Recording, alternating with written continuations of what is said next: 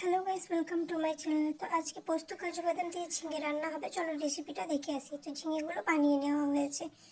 এদিকে কড়াইয়ে তেল দিয়েছি, দুটো শুকনো লঙ্কা, কিছুটা পরিমাণে কালো জিরে দিয়ে ফোড়ন দেওয়া হচ্ছে। একটু ভালো করে নেড়ে চেড়ে নিয়ে এবার সব কিন্তু ঝিঙেগুলো দিয়ে দেওয়া হবে এখানে। আর আজকে রান্নাটা আমার বর করছে। তোমাদের ভালো লাগলে প্লিজ লাইক কমেন্ট শেয়ার করে দিও।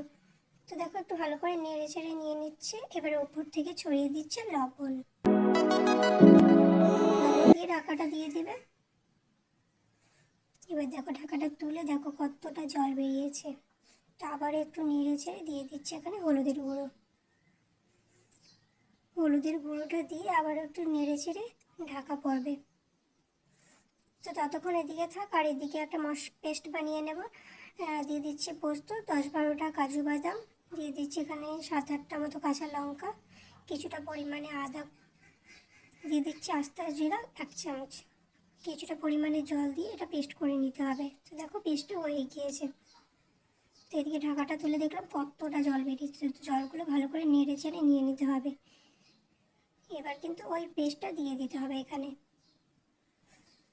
তো পেস্টটা দিয়ে ভালো করে নেড়ে চেড়ে শুকিয়ে নিতে হবে সব ভালো করে। তো দেখো জলগুলো পুরো শুকিয়ে গিয়েছে। এবার ওই পেস্টের বাটি ধোয়া জলটা এতে দিয়ে দেবো। আর ভালো করে নেড়ে চেড়ে দিয়ে দিতে হবে ঢাকাটা। তো ঢাকা দেওয়া হয়েছিল। তো দেখো এবার কিন্তু প্রায় রেডি হয়ে গিয়েছে।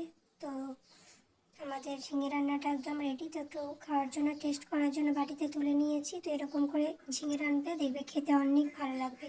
ভালো লাগলে লাইক কমেন্ট শেয়ার করে